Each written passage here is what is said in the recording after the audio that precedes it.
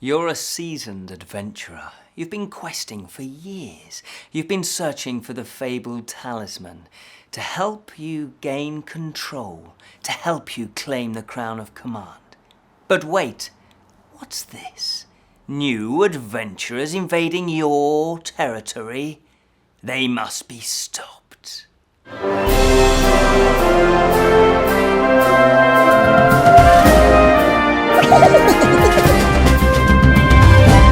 Hello and welcome to the Friday Fantasy Show from the Bottled Imp, exploring the realms of fantasy.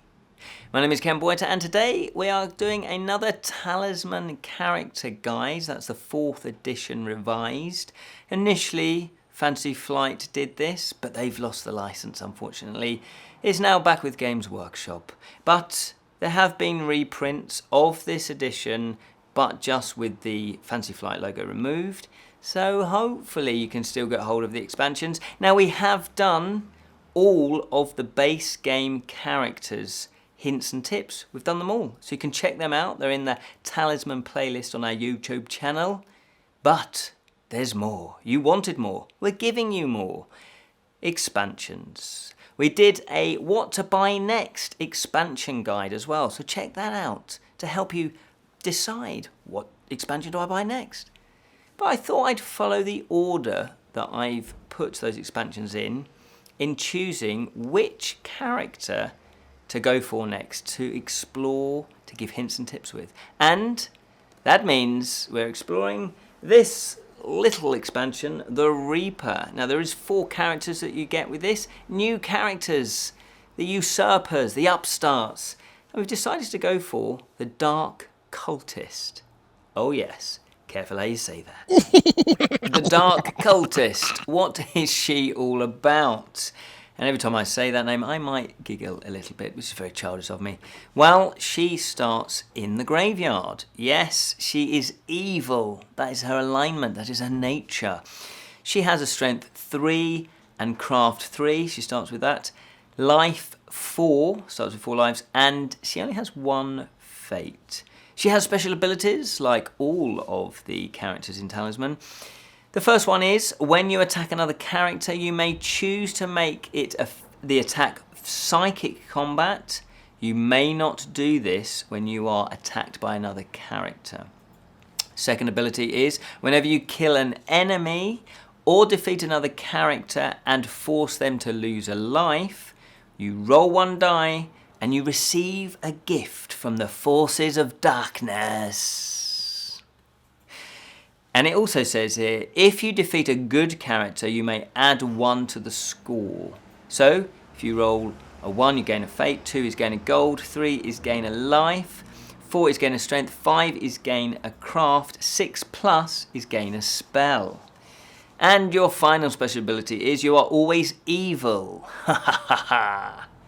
And so you ignore any effect that changes your alignment.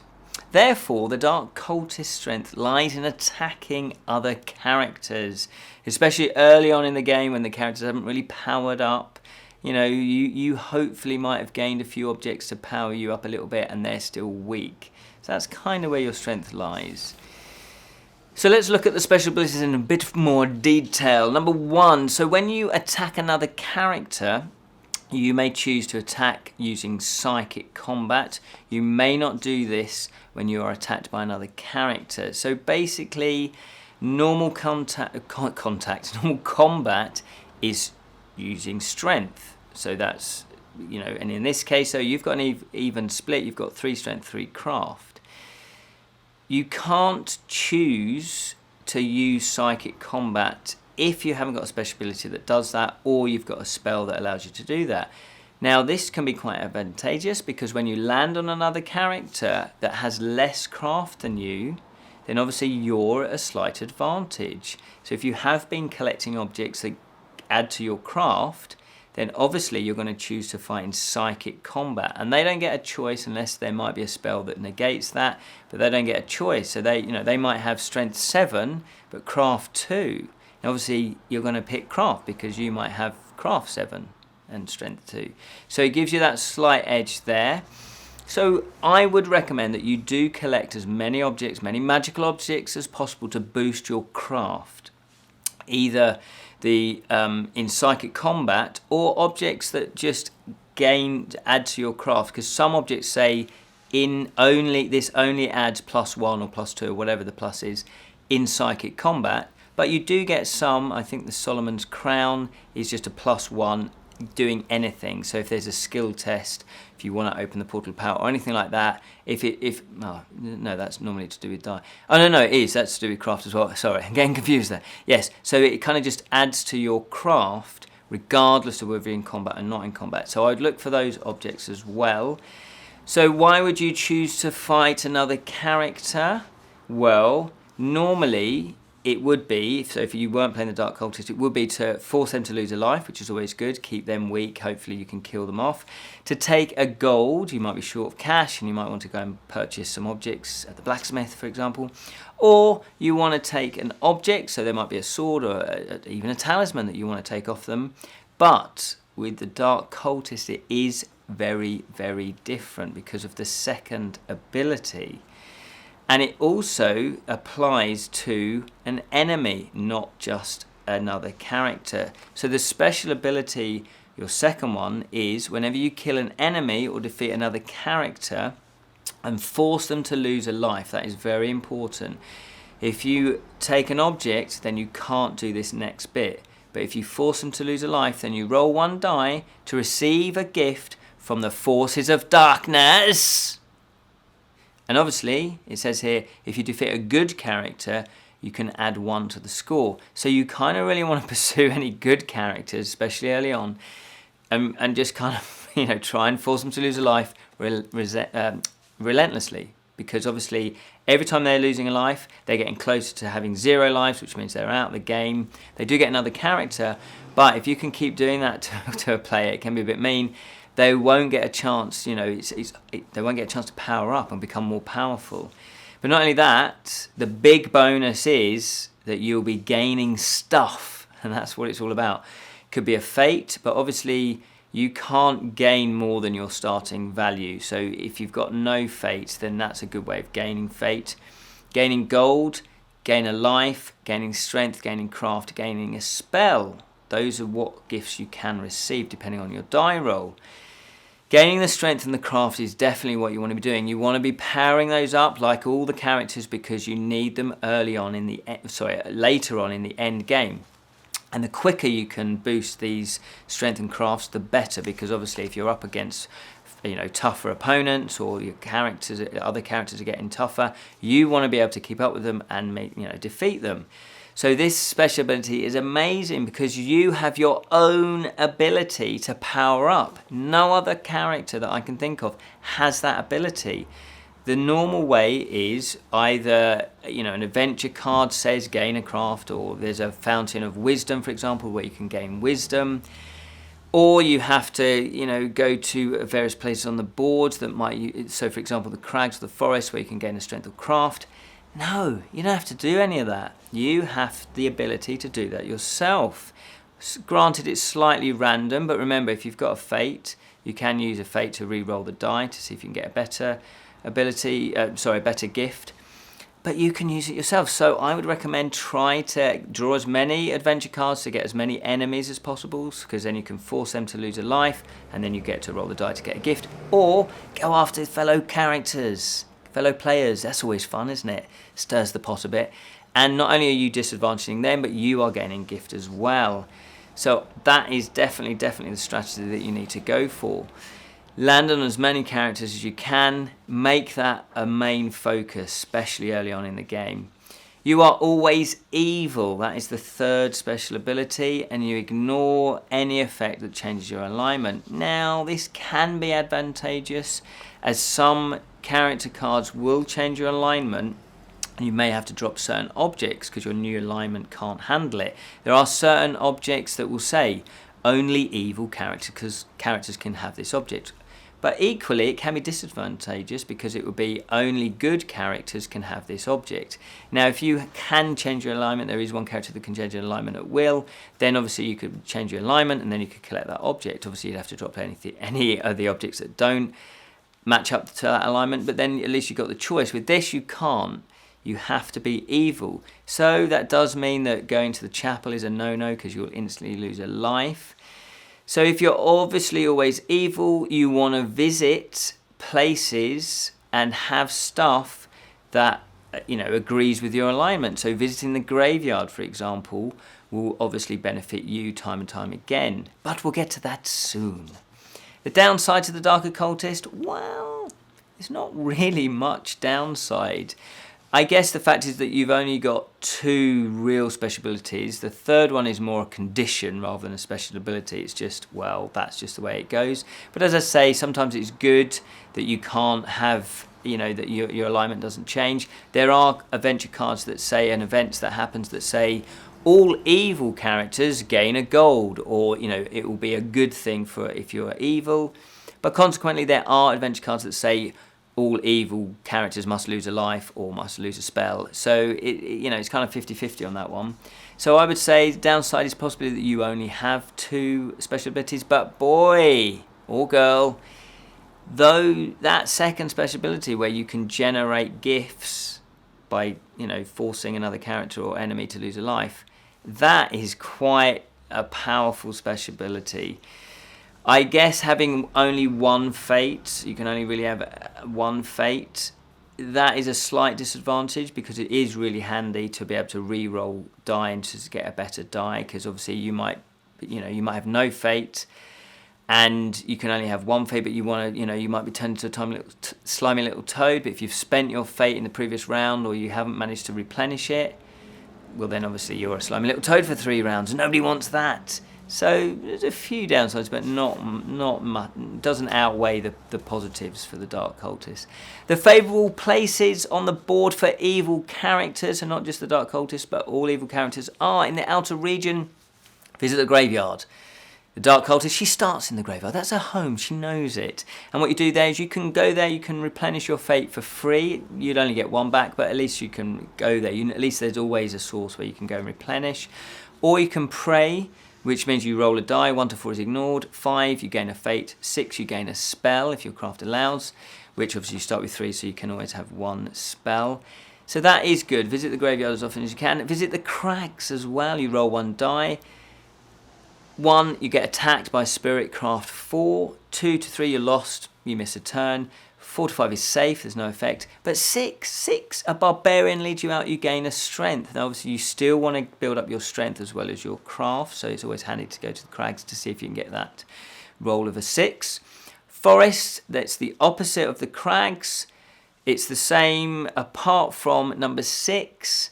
If you roll a 6, a ranger guides you out, you gain a craft. So obviously you are trying to, for me, building up your craft of the Dark Cultist is the way forward, because obviously because of your first ability, you can choose to use psychic combat, so that is an advantageous situation to be in. So you do definitely want to build up your craft. Places on the board to avoid if you're evil: the outer region, as I mentioned before, the chapel. Don't go there. Don't go there. Your life or your lives are in danger. They're in peril. If you're evil, automatically lose 1 life. Middle region, the chasm. Don't go there. Roll 1 die for yourself and 1 for each of your followers. If you roll a 1 or 2, you lose a life. If you roll a 1 or 2 for a follower, it is killed. You might have some really cool characters, really cool followers. You don't want them dead. Certainly not at that stage. Use them as cannon fodder later on. And the best route to go into the inner region is, well, as I say, you're more likely to build up your craft route simply because of your ability to psychic combat.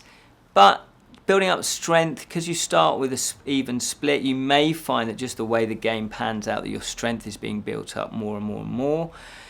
So, you could go the other route. But I would say that craft probably is where you're going to be heading. So I call it the craft route, which is going through the mines. Now you do still need to build up your strength as well, because even going the craft route, there is a bit of a fighty, bit of physical fighting using strength.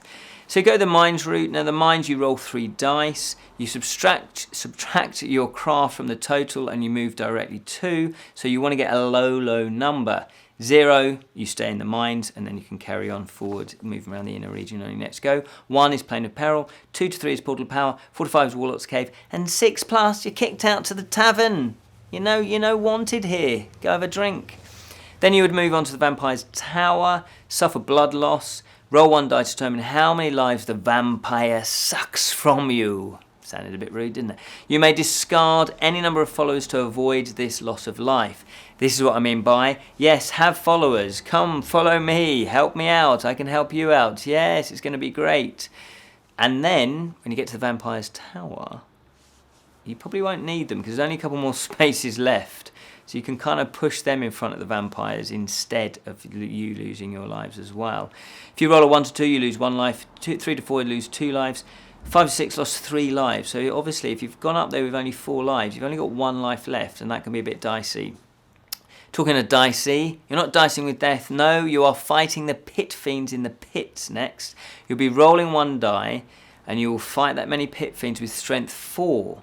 So it's not a huge strength, but I would recommend that at least you get your strength up to 8 or 9, because you have to get through the portal of power and all of that, blah, blah, blah. But you need, and also just during the game anyway, if you're fighting people and you can't choose it to be psychic combat where you fight with craft, you will need to still defend yourself with strength. So you'll fight the pit fiends, strength of 4, and depending on how many you rolled on the dice number, you'll be fighting them 1 by 1 until either you are defeated or all the pit fiends are defeated. So this is a slowing down mechanism. It gives other characters a chance to catch up with you and try to get to the middle space to claim the crown of command before you. If you defeat all of them, you then move on to the Valley of Fire, and hopefully you've collected your Talisman. After all, that's what the game is called. You do need a Talisman if you get to the Valley of Fire. But there's nothing else you have to do. You just have a Talisman, show it to the doorman. There you go. All right, in you go. And then you go up to the Crown of Command. So, a recap. Land on as many characters as possible, good characters as well. They're better because they add 1 when you do roll and to try and get the gifts from the forces of darkness. So do that. Choose psychic combat because hopefully you're building up your craft and you'll have an advantageous advantage hey, when you do fight in psychic combat. Obviously, if some of the characters have better craft than you, you might want to avoid them. But you'll be rolling and you'll be claiming your prize. Now, I would go for craft and strength pretty much every time. You might go for a spell because spells can be handy as well. Draw as many adventure cards as possible. Find those spaces that have 2 or 3 adventure cards drawn at the same time because of that special ability where you can fight enemies to then roll a dice to get your gifts. So don't just concentrate on the characters, go for that as well. Because the other thing about drawing adventure cards is you will get cool objects as well that will help you out. Visit the graveyard because you can replenish your fate for free, or you can pray, possibly get a spell, and as I say, they're pretty handy as well. Go to the crags, gain a strength. Remember the strength, build that up. And go to the forest, you gain a craft. Go to the mines route. That way is all geared up for craft. You probably have a better chance of doing that if you have followed the craft. You build up your craft more than your strength. And hopefully those hints and tips and advice will make sure that your Dark Cultist is reigning supreme and you have the crown of command and you'll kill off all your fellow characters. The Dark Cultist, one of my favourite characters. I try to get this character if I can. We play where you randomly hand them out, but if there was a choice, I probably would go for the Dark Cultist. Certainly my top 5 of favourite characters, simply because of that gift getting mechanism. It is a big advantage. And it is in the Reaper expansion. So if you want to play with the Dark Cultist, you need the Reaper expansion. We have done reviews of all the expansions, so check those out. And all the expansions are compatible with the base game, so fear not. Hopefully you've enjoyed that, and if you have, why don't you spread the word of the Bottled Imp YouTube channel? Tell your friends to watch. We have over 400 episodes. You can subscribe by clicking on the little bell on YouTube. That means you'll get notified every time we post a episode. Until next time, remember to keep it unreal, especially if you dabble in a bit of occult magic.